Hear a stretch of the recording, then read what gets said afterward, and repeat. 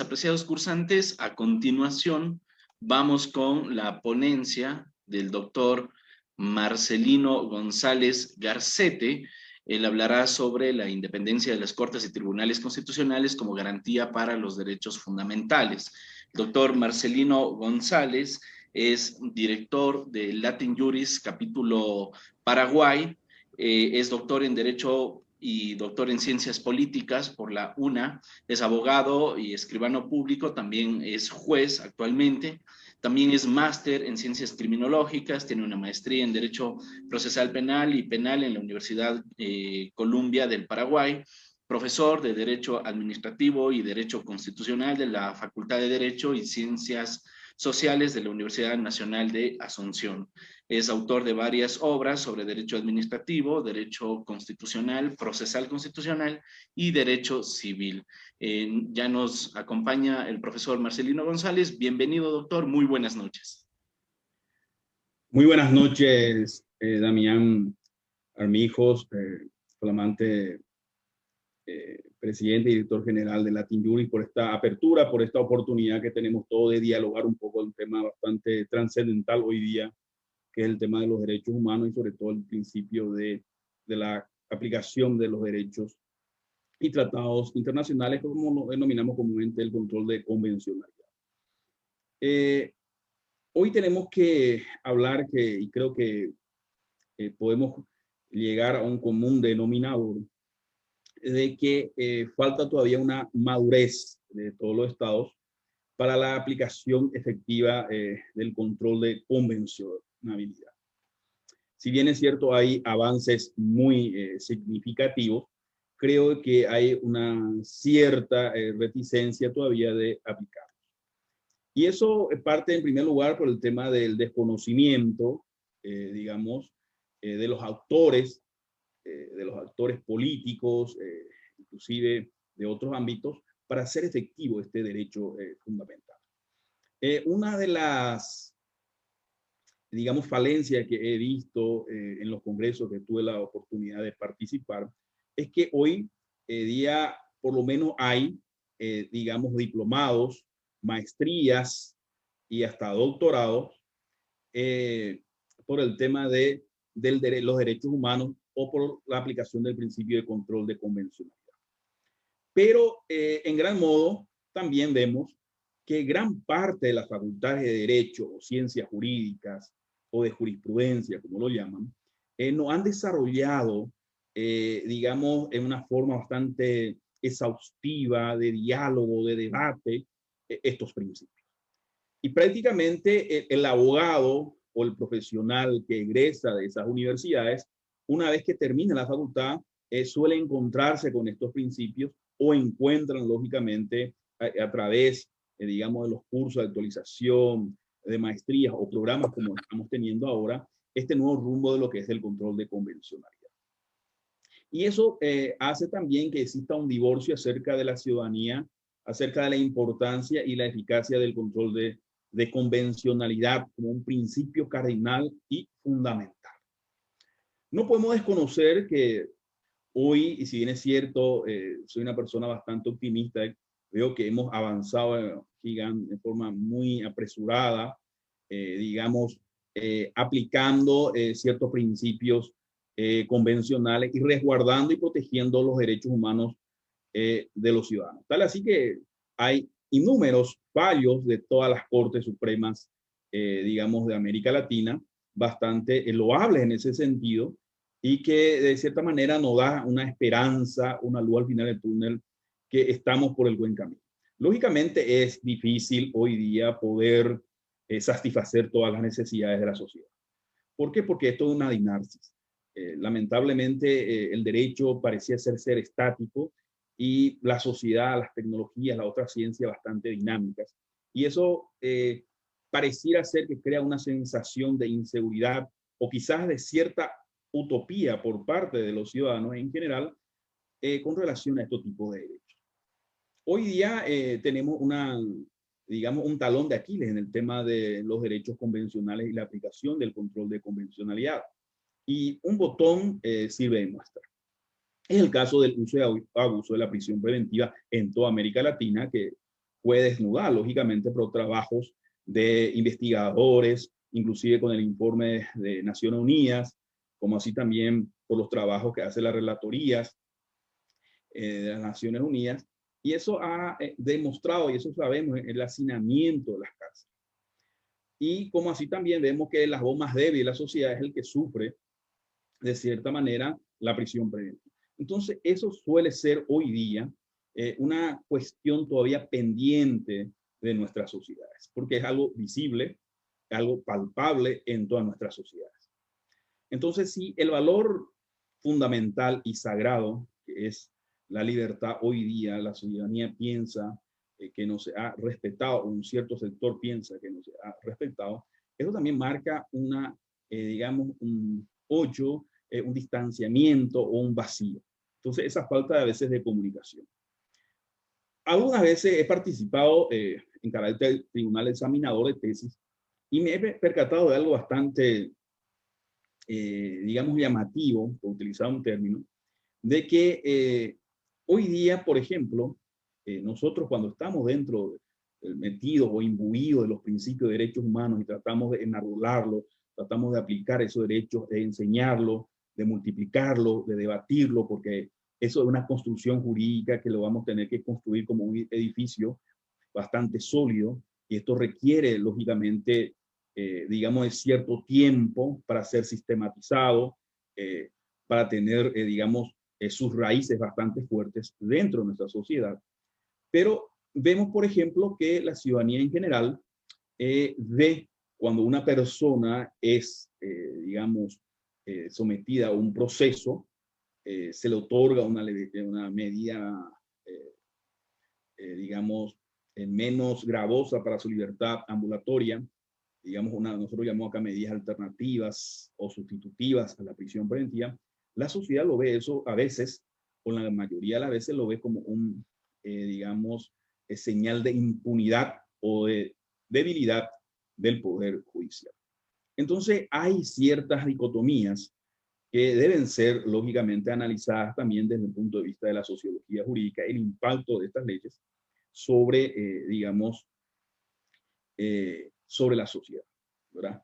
Porque decía una excelente ministra de mi país, que hoy día ningún juez del Paraguay o de América Latina destituyó por dictar prisión preventiva, pero sí por otorgar medidas menos restrictivas o la libertad ambulatoria de los ciudadanos. Entonces, cuando hablamos de esos tratados internacionales que garantizan la libertad de las personas, vemos que hay una muralla bastante visible que debemos de ir como ciudadanos en general, de ir concientizándonos, ¿verdad? Acerca de cómo podemos hacer efectivos esos derechos y cómo puede existir una comunicación efectiva entre, ¿verdad? Los órganos jurisdiccionales, los abogados y a través de las más medias, los medios masivos de comunicación con la ciudadanía. Porque una sociedad a veces, que en su gran mayoría no acepta quizás esos tratados o no lo tiene ya imbuidos, muchas veces lógicamente es difícil practicarlos, ¿verdad? Generalmente son leyes prácticamente no son cumplidas, ¿verdad? No tienen la eficacia y eso daña al sistema y corroe a las instituciones porque hay una pérdida de confianza. Otra cuestión que tenemos que tener bastante, digamos, también presente en este tema es la cuestión fundamental. Hoy existen, digamos, demasiadas doctrinas, existen, digamos, demasiados reclamos populares que pareciera ser que quieren soluciones rápidas, eficaces, y muchas veces los órganos que están dentro de nuestros países o gobiernos no lo pueden solucionar porque no son problemas jurídicos propiamente dichos, sino son problemas sociales. Y un ejemplo de esto es que a veces pareciera ser de que la gente ve un divorcio entre el Poder Judicial y, digamos, la ciudadanía en general y las otras instituciones. No. Existe una coordinación y un recíproco control. Porque imaginémonos, por ejemplo, si bien es cierto, existiera un cierto uso y abuso de la prisión preventiva. Sin embargo, si las instituciones encargadas de velar por el cumplimiento de los derechos humanos, que lógicamente no es el Poder Judicial, son las instituciones donde se guarda reclusión, que nosotros llamamos penitenciarías, ¿qué pasa si esas instituciones son adecuadas? No faltan alimentos, la persona que es, digamos, prevenida, la persona que goza de una prisión preventiva o que fuera condenada, si tiene todos los elementos para poder vivir dignamente y que se respete su protección, su bienestar dentro de esas cárceles, obviamente no existiría violaciones de derechos humanos. Pero hoy vemos que no es así, ¿verdad? Entonces, es una cuestión bastante delicada con lo que es el impacto de la sociedad. Otro de los problemas que siempre traen, y eso lo leemos en casi todos los libros y todos los congresos, es el tema de la axiología jurídica. ¿Por qué? Porque estamos en una dinarsis del derecho, es decir, una constante evolución, y siempre encontramos conflictos. Y esos conflictos, lógicamente, tienen que ser solucionados o tienen que ser decididos. Y cuando tratamos de valores, lógicamente, ¿eso qué hace? Hace que divide la población. ¿Por qué? Porque eso va a depender de la convicción que tiene cada ciudadano. Y generalmente, esas convicciones, ya sean religiosas, morales, etcétera, etcétera, son difíciles de conjugar. ¿Por qué? Por lo que para mí es correcto, para otra persona no lo puede ser. Un botón a los efectos de hacer digamos, un ejemplo. El tema hoy de la libertad de expresión y del derecho a la intimidad de las personas. Tenemos, si vamos a hacer un trabajo bastante exhaustivo sobre ese tema, nosotros vamos llegar a tener varias dificultades. En primer lugar, no existe todavía un derrotero, según mi punto de vista, que marque esa diferencia, ¿verdad? Y que proteja al ciudadano, ¿verdad? Y donde podamos decir, bueno, esto es derecho de información y esto prevalece sobre el derecho a la intimidad en estos casos. Pero no en todos los casos el derecho a la información debe, ¿verdad?, estar por encima del derecho a la intimidad. Por eso, estos son valores supremos que debemos proteger, que es el desarrollo de la personalidad. Y uno del desarrollo de la personalidad, un atributo esencial, es su derecho a la intimidad. Porque una persona que no tiene derecho a la intimidad, que no se le protege su derecho a la intimidad, lógicamente sería una anarquía. ¿Por qué? Porque ese ciudadano no tendría cómo protegerse dentro de esa sociedad. Entonces, ahí vienen hoy los conflictos. ¿Cuándo es información pública? ¿Cuándo no es información pública? ¿En qué casos, verdad? Puede y debe, de cierta manera, ciertas informaciones ser consideradas públicas y ser divulgadas. Y ahí está lo que llamamos el interés general. Entonces, cuando elegí el tema de los órganos y tribunales constitucionales en mi país, nosotros no hemos adoptado como en otros países, como el Perú, brillantemente, Ecuador, Venezuela, donde tienen tribunales constitucionales que son órganos extrapoderes independientes del Poder Judicial. Nosotros tenemos una sala constitucional conformada por 3 ministros de la Corte Suprema de Justicia, que son los magistrados más altos de mi país, son los que resuelven las acciones de inconstitucionalidad y son las que generalmente ante esa instancia se discuten esos tipos de derechos fundamentales. Hoy se habla mucho, y en mi país por lo menos en cierto aspecto hemos evolucionado bastante en el sentido de que hoy varias decisiones importantes ya son transmitidas en vivo y en directo a través de YouTube y otros aplicativos, donde los ciudadanos pueden ver ya las discusiones de las sentencias de la Sala Constitucional sobre cuestiones importantes o que ellos consideren trascendentes. Pero hoy también se habla de una evolución que está viniendo como aquella bola de nieve que va creciendo chiquitito, se da la vuelta, va creciendo y después ya es enorme. El tema de la litigación oral cuando se habla de justicia constitucional. Es decir, ya no, por ejemplo, hoy ya queremos avanzar un poco más, ¿no? solamente que se transmita en vivo las sesiones de la Corte Suprema de Justicia, sino que todo el proceso de litigación, es decir, desde la presentación de la acción, del debate, sea a través ya por medio de la oralidad, ¿verdad?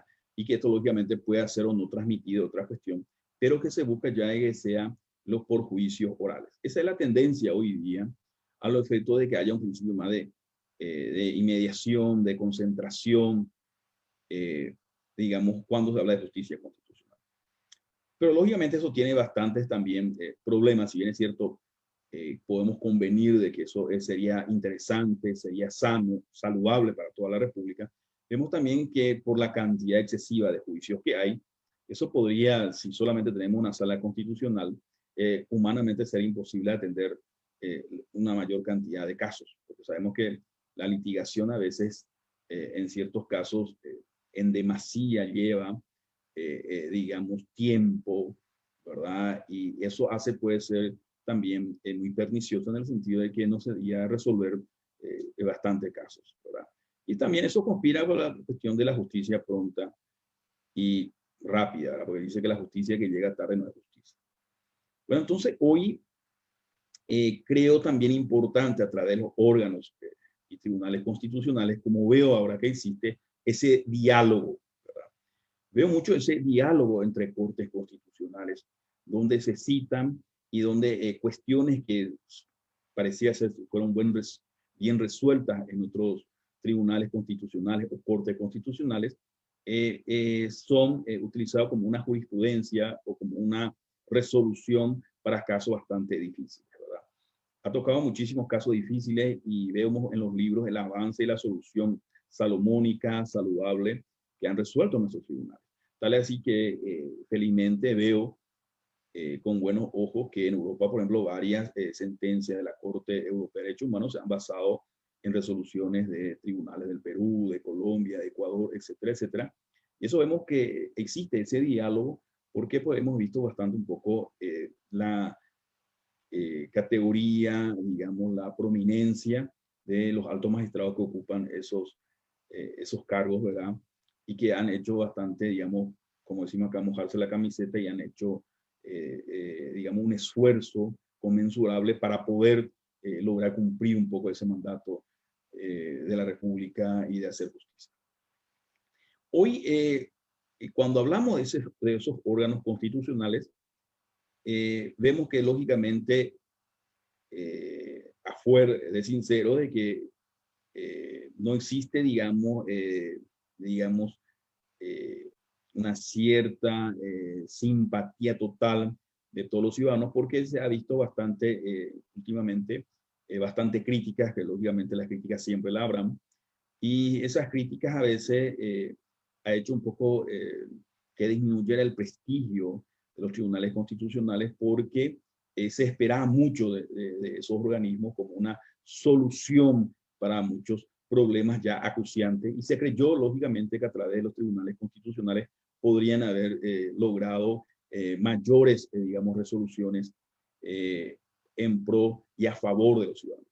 Pero eso también sabemos que las instituciones quedan, los hombres pasan, pero que siempre los cambios estructurales son muy lentos y son difíciles, ¿verdad? Eso no es una cuestión fácil y eso lleva su tiempo. Pero eso, lógicamente, ante una ciudadanía cada vez más abnegada, más indiferente, que busca soluciones rápidas, eficaces, prácticas, y per se el de ahora en el acto, lógicamente estas instituciones a esa ciudadanía acuciante ya de una respuesta rápida no va a satisfacer todas sus necesidades. De ahí, lógicamente, que tiene que existir una comunicación y sobre todo, de resoluciones y sentencias que sean congruentes y que marquen un antes y un después en los derechos fundamentales. Pero cuando hablamos de derechos fundamentales, uno de los problemas fundamentales y acuciantes es, como le dije anteriormente, es que existen dos valores a veces siempre contrapuestos. Y la sociedad a veces está dividida, ¿verdad? No podemos decir que la ciudadanía generalmente acepta si bien es cierto, a veces acepta silenciosamente, que comparte, que comulga y que hace propio esas resoluciones cuando a veces solamente 50% de la ciudadanía lo comparte y otro 40% no. Entonces, no existe una mayoría absoluta. Y aunque hablamos de 70, 30, 80, 20, siempre ese margen que existe hace de que muchas de estas cuestiones sean bastante, digamos, dudosas, de difícil resolución, porque lógicamente afecta a toda la ciudadanía. Como el ejemplo del derecho a la información y el derecho a la intimidad. Otro de los derechos que siempre encontramos en conflicto, lógicamente, es el derecho a la libertad. La libertad versus la seguridad jurídica. La libertad versus la seguridad de las personas. Entonces, estas cuestiones a veces son de difícil solución. Más aún cuando estén, por ejemplo, afectados intereses superiores. Por ejemplo, cuando el hecho punible trata sobre un hecho punible a menores de edad, un abuso sexual de niños, una violación, una coacción. Lógicamente, la ciudadanía estaría dividida entre libertad y seguridad cuando afecten esos hechos sensibles. Cuando se habla también de corrupción pública, ¿verdad? La ciudadanía también, en esos casos, lógicamente ve a veces con desdén ciertas resoluciones, ¿verdad? Por más justas y adecuadas que nos pareciera ser.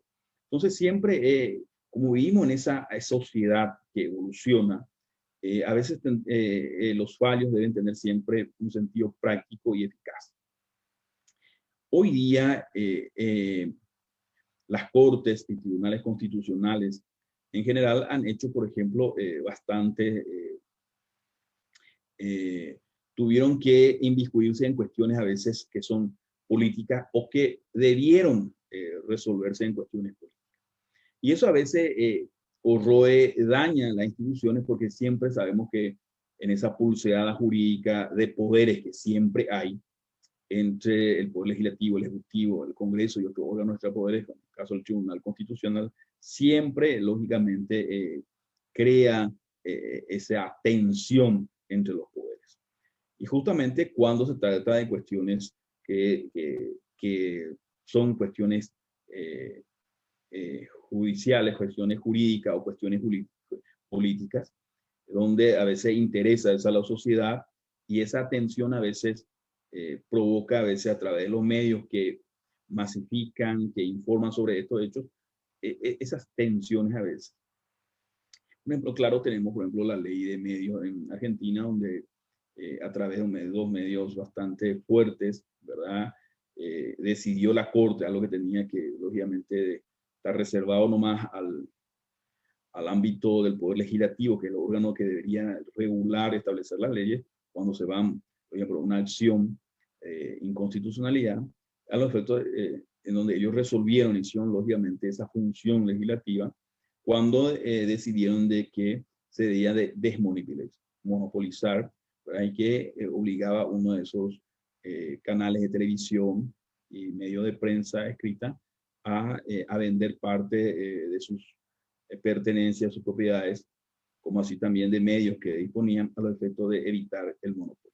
Y una cuestión, lógicamente, cuando era un medio masivo de comunicación, muchos lo llaman el cuarto poder, causó mucha, digamos, tensión, debates y divisiones en la ciudadanía. Entonces, hoy día tenemos que tener en cuenta cuáles son esos aspectos y esos valores que debemos inculcar. Estamos avanzando, ¿verdad? A medida también que avanzamos, encontramos bastantes problemas. Entre ellos, por ejemplo, el caso del miembro del Supremo Tribunal Federal del Brasil, donde había un legislador que había emitido opiniones contra denigrantes, algunos lo califican así, contra los miembros del Tribunal Superior de Justicia Electoral, donde entonces uno de los miembros, dispuso su detención.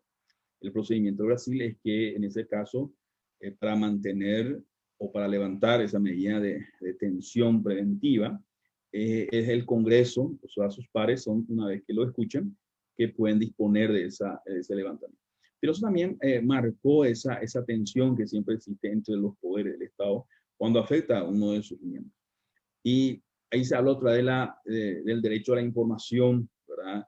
Del derecho a expresar tu libre opiniones y justamente de criticar los fallos de los órganos jurisdiccionales. Pues en este caso, el Tribunal Supremo dijo que se podía criticar las actuaciones, que se podía criticar los actos públicos, pero cuando eran argumentos ad hominem, que eran ofensivos, lógicamente dice que eso trasvasaba el límite natural del respeto y que por la investidura que ejercen los altos magistrados no podían hacer oídos sordos a esta situación o la vista gorda a esa situación, por lo que tuvieron que dictar esa prisión como una medida correctiva y se demostrar también el respeto a través de... Entonces, son cuestiones hoy bastante difíciles que nos toca, digamos, de cierta manera, ver lo que es la realidad y los valores. Lo ideal es que sea un matrimonio perfecto, ¿verdad? Que lo que pregonamos como un control de convencionalidad sea algo que lo vivamos, lo convivamos como algo natural.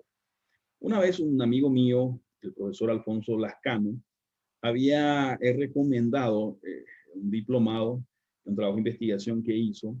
Él hablaba del Big Bang de los derechos humanos, el efecto explosivo como una comparación al Big Bang, como el inicio de los planetas, de la vida.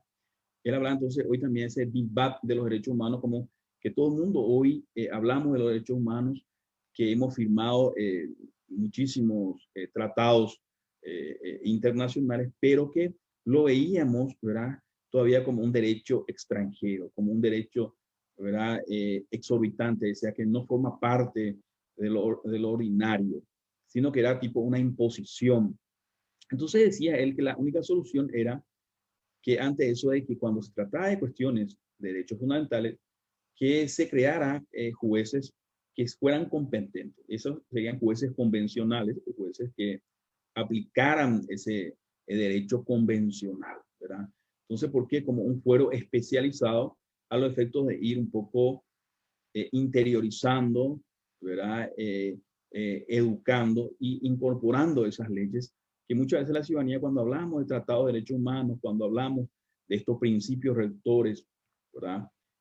La gente generalmente, o los ciudadanos en general, piensan que son derechos superlativos, pero derechos que no están en nuestra constitución, en nuestro ordenamiento jurídico, sino son derechos ciudadanos. Y este es el caso de error que a veces caemos, porque cuando establecemos estos principios, a veces, por más que a veces hay constitución de la Argentina y hay otras constituciones que tengo entendido, por ejemplo, que establece cuando son que en el orden de prelación de las normas hay constituciones o cartas magnas que establecen que los tratados internacionales de derechos humanos, no de otros derechos, están por encima de la Constitución Nacional. Otros establecen que están, digamos, de cierta manera, en el mismo nivel de la Constitución Nacional, y otros dicen que están en inferior categoría, ¿verdad? Pero por encima de, digamos, de los códigos y demás leyes. En nuestro país es así, el 137 de la Constitución Nacional dice que está la Constitución, luego dice están los tratados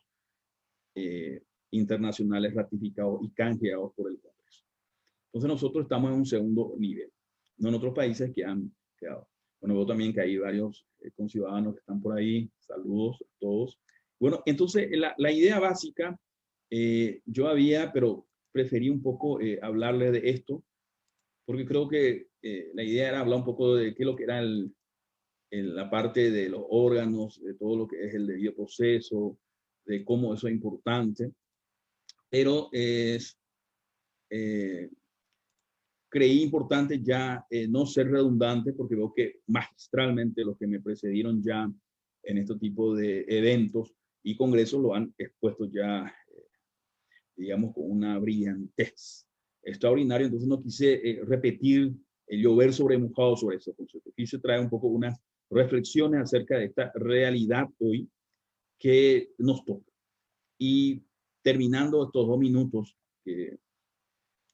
porque tenemos que es un poco el tiempo es tiránico, no nos perdona, y quise hacer un redondeo.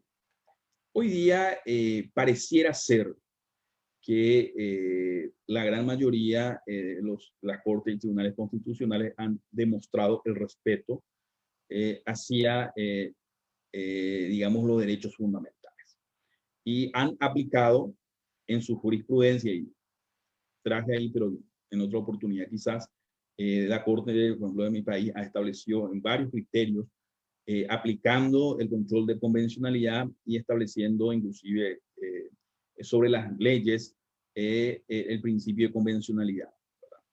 Y eso nos marca a través de lo que leemos de la jurisprudencia del extranjero, de que hay una señal positiva acerca de que los órganos, cortes o tribunales constitucionales han contribuido enormemente para esa consolidación de esos derechos fundamentales. Si bien es cierto, siempre existirán críticos, detractores. ¿Por qué? Porque la sociedad humana es cambiante, es crítica y eso hace que realmente evolucionemos como ciudadanos. Nunca está satisfecho con todas las instituciones. Y eso de cierta manera es bueno, ¿verdad? ¿Por qué? Porque eso empuja, eso hace que haya a veces reformas estructurales. Pero el tema de la cuestión fundamental que debemos entender que esto no es una cuestión de leyes. Que eso a veces depende de la estructura de la sociedad, del estado socioeconómico de la sociedad y sobre todo de la educación cívica de la sociedad. Porque no adelanta que el juez sea un juez aplicador del derecho, pero los órganos administrativos no lo sean. Los órganos administrativos no respetan el derecho a la defensa, no respetan el debido proceso. Entonces, ¿qué te adelanta que las leyes así lo establezcan y no exista sanción para esas personas? Para, digamos, a esos funcionarios administrativos. O que por más que la ley establezcan y garanticen por ejemplo, el debido proceso, establezca, por ejemplo, las garantías dentro de un juicio y las instituciones que deben cumplirlas no pueden. Y muchas veces no es porque no quieren, es porque a veces los estados están sobrepasados, digamos, en sus tareas, no tienen los ingresos necesarios para cumplir con todas las finalidades que le acuerdan la Constitución y la ley. Y eso hace que, lógicamente, tenemos que crear conciencia ir estableciendo estrategias. ¿Qué es lo que hoy queremos? ¿Verdad? ¿Qué es lo que debemos hoy combatir? ¿Qué es lo que hoy debemos de ir mejorando? Y redondeo en este punto ya, en el sentido de decir que hoy lo que debemos hacer, a mi modo de ver, y lo que he visto, es que esa cultura, ¿verdad? Tenemos que crear una cultura de respeto a los derechos humanos. Y esa cultura debe comenzar a incluir no solamente en las universidades, debe comenzar en las escuelas, en los grados de instrucción primaria y secundaria, para que cualquier ciudadano de América Latina sepa la importancia de esos derechos y cómo hacerlos efectivos. Lógicamente no vamos a tener la respuesta y las soluciones a todo, pero esto es una construcción de un edificio en el cual todo en ese estado de derecho vamos a ir residiendo. Y eso lo debemos hacer cada uno de nuestra parte, ¿verdad? Con pasos lentos, ladrillo sobre ladrillo, pero sí lo podemos construir. Entonces, ese es lo importante de hoy. Veo que la gran mayoría de las cortes tribunales han hecho eco de eso y han consolidado de cierta manera principios que antes lo hablábamos en forma dogmática, pero no en forma práctica, ¿verdad? Y es lo que hablábamos en los libros. Hoy día nadie discute ya del plano de punto político o filosófico de la importancia de los derechos humanos. Nadie va a salir con una bandera diciendo que no se respete los derechos humanos. No, al contrario, todos nos adherimos a esa corriente. Hoy día entonces la discusión de los derechos humanos, la aplicación y la importancia de los derechos humanos, ¿verdad? Como respeto y garantía a todos ciudadanos que vive dentro de un estado o de una comunidad, todos apostamos y firmamos eso. Ahora la cuestión está en la versión práctica, es decir, de esa teoría, de esa concepción que todos aceptamos, ¿cómo hoy lo podemos llevar a la práctica? Esa es la tarea pendiente que debemos construir. Entonces, me agradezco este espacio y bueno, no sé si hay algunas preguntas, entonces me dejo a tu cargo, Damián, o no sé quién está ahí como moderador.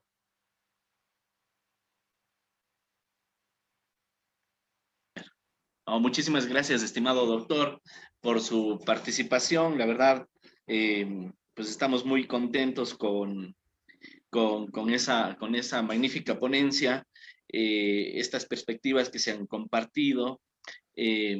muy interesantes desde Paraguay, Perú, Ecuador, desde luego alimentan la perspectiva que se tiene en el ámbito de la administración de justicia. Yo quisiera saber si entre las personas que están aquí conectadas en el Zoom hay alguna pregunta.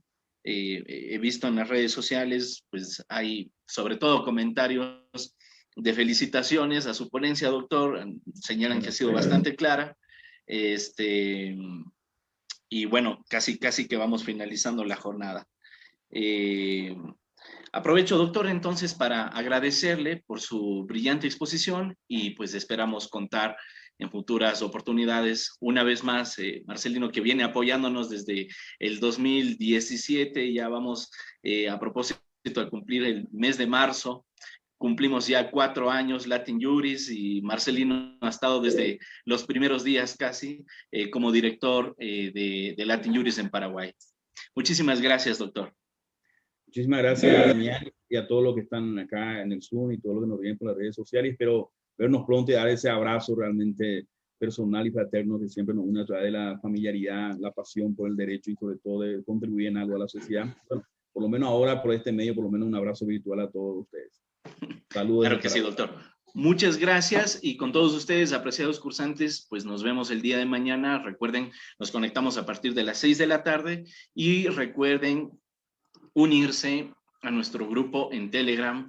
Se descargan Telegram, ingresan las palabras Latin Juris Comunidad Académica Internacional y pues se vinculan directamente para recibir los enlaces de clase, los enlaces de registro de asistencia y también los materiales de lectura que estamos compartiéndoles a todos ustedes. ¿Sí? Muchas gracias y pues que tengan todos ustedes un feliz y reparador descanso.